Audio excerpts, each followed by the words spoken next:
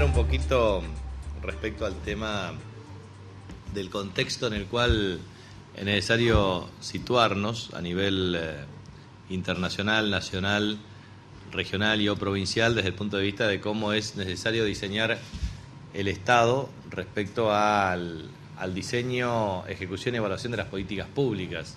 Encuadrar el diseño, ejecución y evaluación de las políticas públicas en un contexto que tiene que ver con cómo se desenvuelven los problemas para que el Estado tome intervención y resuelva determinado tipo de problemas.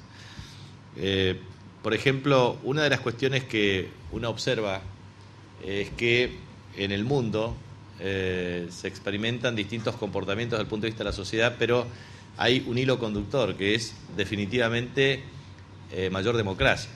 Uno lo puede observar claramente en la revuelta de los países árabes, pero también la superación de la bipolaridad clásica por la unipolaridad hegemónica hasta la construcción de multilateralidad. Lo que uno advierte claramente es que las sociedades modernas son cada vez más complejas, más demandantes y más exigentes.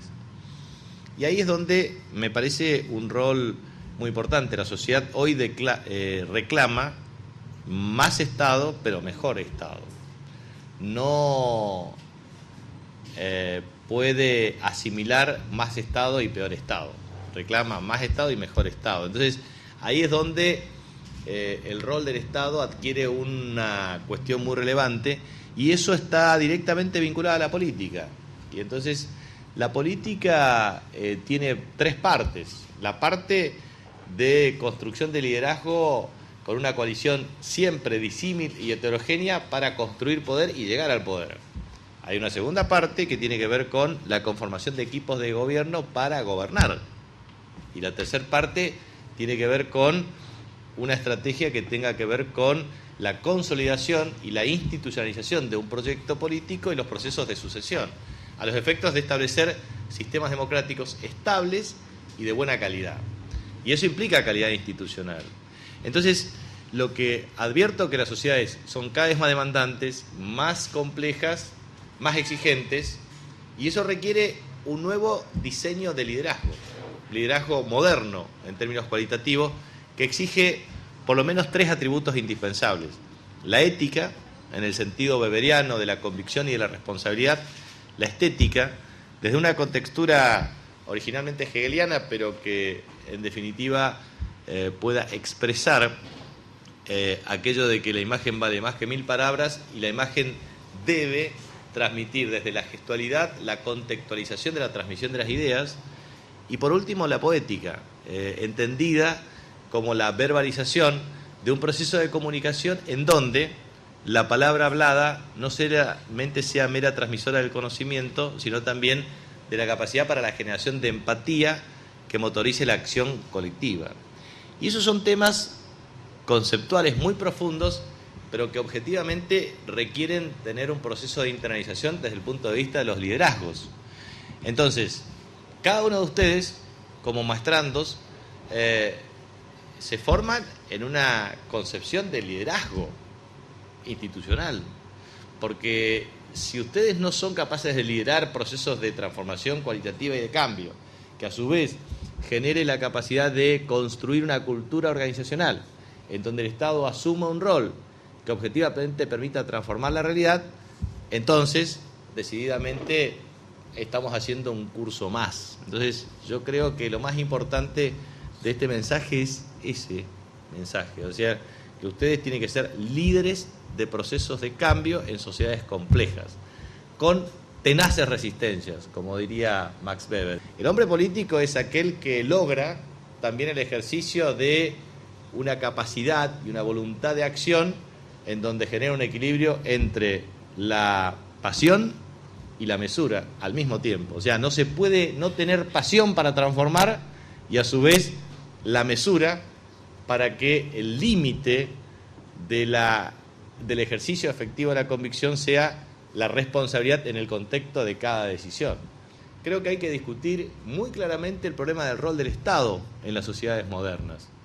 Si es cierto, como yo pienso, que efectivamente las sociedades demandan más intervención del Estado en términos de eficacia regulatoria, no es menos cierto que esa eficacia regulatoria tiene que estar condicionada por lo menos a ciertos principios liminares de organización del Estado. Entonces, lo que advierto para mí es que existen por lo menos 5 principios que son absolutamente esenciales discutir.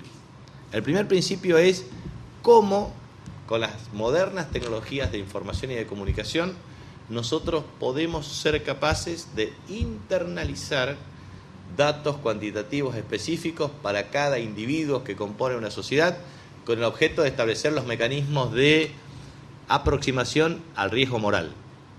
Todo el esquema de moral hazard. Ustedes saben que el moral hazard funciona con un ejemplo muy práctico, que es dejar un auto sin la llave correspondiente en el medio de un lugar de alta propensión a robos de automotor. O sea, en definitiva, el conductor o el dueño del auto es un gran irresponsable, porque deja un auto en condiciones de alto riesgo para que cualquiera se lo robe. Entonces, definitivamente el tema del principio de moral hazard es perfectamente aplicable desde el punto de vista de las conductas individuales, en el campo de la salud, en el campo de la educación, en el campo de la seguridad social, porque uno puede visualizar objetivamente los mecanismos que permitan ver, por ejemplo, un seguro de salud y la cantidad de transacciones que cada individuo tiene con el sistema, la cantidad de medicamentos consumidos, la cantidad de turnos existentes o definitivamente la responsabilidad individual de cada una de las personas desde el punto de vista de la capacidad de acción colectiva para cumplir ciertos parámetros básicos de atención primaria. En segundo lugar, por ejemplo, el sistema de incentivos. El sistema de incentivos tiene que ser de estímulos y de penalizaciones. Estímulos, por ejemplo, si el contribuyente efectivamente paga sus impuestos en tiempo y en forma, puede tener una tasa efectiva de descuento, es decir, paga una tasa efectiva de impuestos a los ingresos brutos inferior. Eso es un estímulo.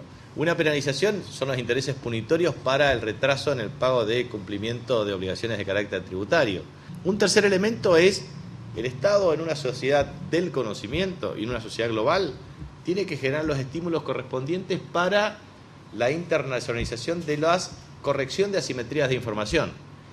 ¿Cómo se corrigen asimetrías de información en una sociedad de alta tecnología, de alta conectividad y de alta información global? A través de 2 pilares: educación y comunicación. La educación desde el punto de vista de la accesibilidad plena, la escolarización plena, pero como primer paso hacia la excelencia educativa.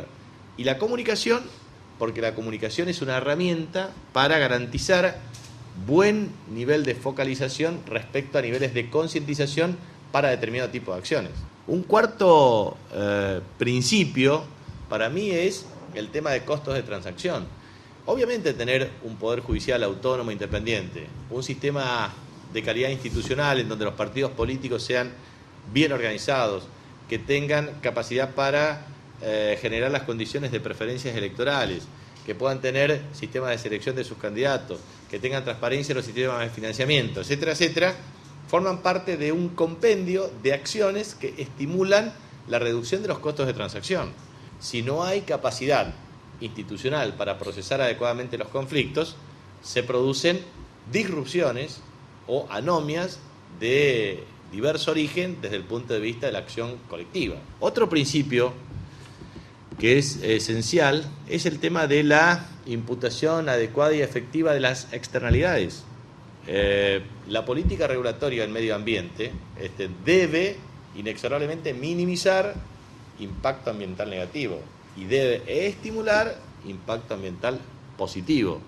Pero también es cierto que la organización territorial, la planificación territorial, el desarrollo urbano, conjuntamente con la política ambiental, hídrica o regulatoria de todo tipo, pueden generar ámbitos o espacios de convivencia civilizadas que mejoren sustancialmente la calidad de vida de las personas. Ejemplo, si el Estado no interviene para desestimular la erradicación de un asentamiento en zonas de alta vulnerabilidad, en definitiva, después el Estado tiene que intervenir con mayores costos a resolver problemas de asentamiento de carácter irregular y o espontáneo, en donde el derecho de propiedad está fuertemente lesionado por la incapacidad preventiva del Estado desde el punto de vista de corregir problemas de externalidades.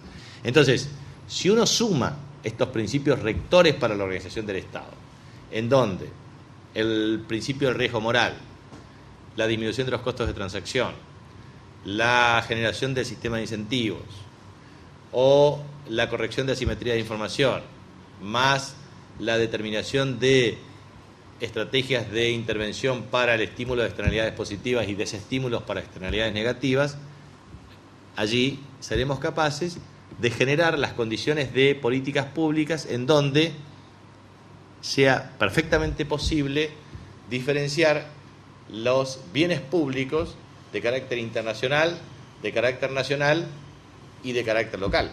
Si uno analiza 200 años de historia en la República Argentina, nosotros tuvimos 3 tensiones de carácter estructural, una primera tensión entre gobernabilidad y calidad institucional, una segunda tensión entre estabilidad macroeconómica y crecimiento, una tercera tensión entre inclusión social y distribución del ingreso. Y esas 3 tensiones permanecieron irresueltas a lo largo de los procesos históricos y desencadenaron en profundas asimetrías en la distribución funcional del ingreso entre trabajadores y empresarios, en la distribución espacial del ingreso entre provincias, regiones y territorios entre sí, y en una asimetría en la distribución intertemporal del ingreso entre niños, adolescentes y jóvenes respecto a adultos y ancianos mayores. La Revolución Americana se produjo en el año 1776. Luego se produjo el Congreso de Filadelfia en el año 1787. Allí se resolvió la sanción de la Constitución americana con un sistema republicano y con una capital. Bueno, ese proceso histórico para la Argentina le llevó 70 años, desde 1810 a 1880. Ustedes saben que lo que pasó en todo ese tiempo fue un tema interesante. Tuvimos desde 1810 a la fecha 69 presidentes, 30 de los cuales fueron militares, ningún economista, contador o ingeniero. O sea, algo marca en este tema, pero lo que sí marca de un modo interesante es efectivamente cómo se dieron los procesos revolucionarios. El 25 de mayo de 1810 es un hecho emergente después de la actuación de las milicias populares de 1806 y 1807 para condenar las invasiones inglesas, pero en un contexto revolucionario con la invasión napoleónica o borbónica a España, pero a su vez con un antecedente, un precedente que fue la revolución de Chuquisaca del 25 de mayo de 1809. En ese contexto y en ese ambiente de la formación de revolucionarios con una ideología centrada, como por ejemplo Monteagudo, como por ejemplo Juan José Castelli, o las ideas de Manuel Belgrano, entre otros, o Moreno, uno advierte claramente lo que fue la Revolución de Mayo, que se hizo en nombre de Fernando VII, pero con una estrategia para sumar a las otras provincias que pertenecían al Virreinato del Río de la Plata. Después se produce un efectivo proceso de estabilidad democrática, pero con exclusión social. Desde 1862 hasta 1930 hubo un proceso ininterrumpido desde el punto de vista de estabilidad política e institucional. Podemos hablar inclusive desde 1860 con Manuel Derqui en carácter provisorio, pero en 1862 asume Mitre. Mitre entrega el poder a Sarmiento. Sarmiento, Avellaneda. Avellaneda, Roca. Roca, Juárez Celman.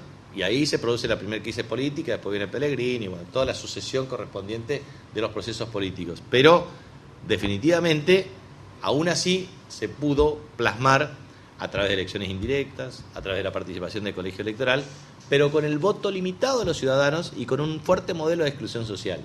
Ese modelo de participación estuvo vinculado a un ciclo económico, que es la plena inserción de Argentina en el ciclo agroexportador. En 1910, cuando Argentina celebra el primer centenario, definitivamente teníamos un problema de estado de sitio.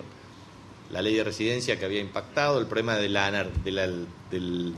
los grandes eventos anárquicos, digamos, el asesinato de Ramón L. Falcón, o sea, un país que también estaba convulsionado por un gran flujo inmigratorio, por gran hacinamiento, por gran exclusión social. O sea, un país con gran ingreso por habitante, con gran tasa de inversión. Cuando uno analiza la inversión bruta interna en la historia argentina, desde el año 1900 hasta el año 1930, pero sobre todo hasta el año 1914, llegamos a picos del más del 60, o sea, el 62% de inversión bruta interna respecto al Producto Interno Bruto. Y después superior al 30% por lo menos en un plazo de más de 15 años. Y eso dio lugar a la irrupción de movimientos anárquicos, pero también luego a consumarse con el movimiento obrero organizado con Perón. Y eso también originó un nuevo paradigma para la distribución de la riqueza en la Argentina. Entonces, esos modelos políticos también siempre se han caracterizado entre gobernabilidad y calidad institucional, entre estos procesos de estabilidad macroeconómica y crecimiento, porque el stop and go de la economía argentina estuvieron muy asociados siempre a crisis del sector externo. A crisis del sector externo por la insuficiencia de divisas que efectivamente afectaba la estabilidad de las variables macroeconómicas, generando costos intangibles para su desarrollo. Entonces, esto también derivaba en los problemas de inclusión social y distribución del ingreso. Entonces, yo rescato mucho este proceso político iniciado en el año 2003 porque es un proceso político que efectivamente logra brindar un salto cualitativo entre gobernabilidad y calidad institucional. Se reduce el número de miembros de la Corte, se integra con un sistema transparente, se reduce la permeabilidad de los corporativa en el Consejo de la Magistratura, se garantiza la libertad de expresión, no hay presos políticos, desaparece la violencia política, o sea, se puede expresar institucionalmente la conflictividad social. Y eso es un avance importante. Lo mismo que en materia de estabilidad macroeconómica. Cuando uno ve que la tasa de inversión bruta interna en términos de PIB es del 24%, que por primera vez tenemos superávit fiscal primario en 8 años consecutivos, superávit fiscal financiero 7 de los 8, desendeudamiento, aumento del número de reservas, que del 1935 es la más alta de la serie, bueno, uno advierte que naturalmente no se produce shock de insuficiencia de crisis por oferta de divisas y un sostenido nivel de crecimiento y mejoramiento del ingreso por habitante. Hoy Argentina está en $12.000 de ingreso por habitantes, pero puede estar perfectamente en 20.000 en los próximos 5 a 7 años, en tanto y en cuanto prosiga con estas tasas de crecimiento. Y naturalmente la asignación universal por hijo corrige las asimetrías entre ancianos o adultos mayores, la jubilación anticipada de 2,5 millones de beneficiarios, 3,8 de la asignación universal por hijo, 11,6 en el sistema de seguridad social, que efectivamente se retroalimenta porque hay más trabajadores, 4 millones formales que generan aportes y contribuciones para aumentar la capacidad de financiamiento del sistema de seguridad social a los efectos de establecer mecanismos redistributivos desde el punto de vista del ingreso.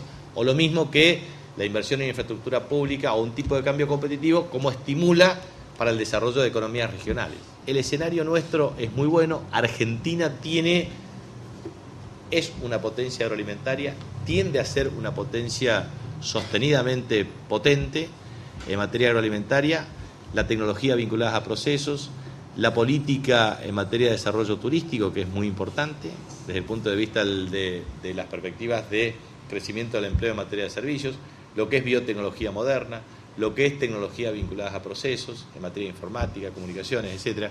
Y creo que eso es también un escenario de oportunidades muy elocuente para garantizar tasas sustentables de crecimiento del Producto Interno Bruto.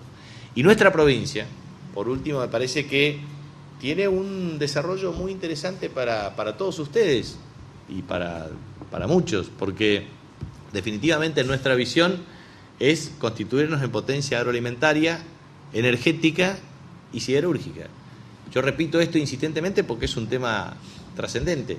Siderúrgica porque naturalmente a partir de la inversión de Vetorial en materia de arrabio, cemento y acero, es un complejo de alta calidad y excelencia en materia de inversión y perspectivas de uso de esa inversión para generar empleo productivo y formal.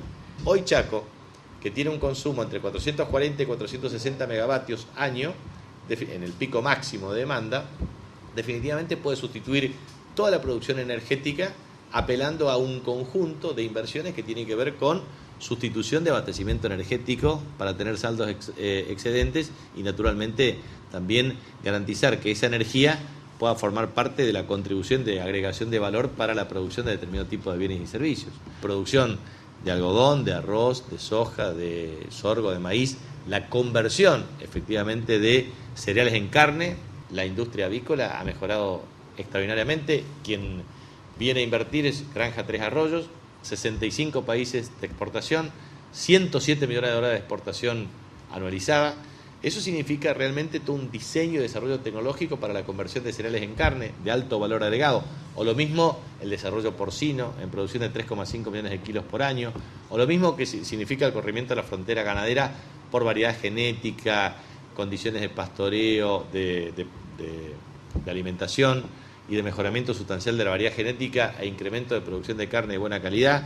O lo mismo que el tema de algodón en todo el proceso de sistematización correspondiente, o en industria informática, de comunicaciones, etc. En definitiva, creo que el diseño de las políticas públicas, la capacidad de ejercicio de liderazgo para la transformación de la cultura organizacional es lo que corresponde el desafío hacia todos nosotros. Entonces, esto es lo que yo quería transmitirles, digamos, que hay un escenario muy favorable a mi modo de ver en lo internacional. Hay un escenario muy favorable en el aprovechamiento de oportunidades a nivel nacional y hay un escenario muy interesante para el desarrollo en lo provincial.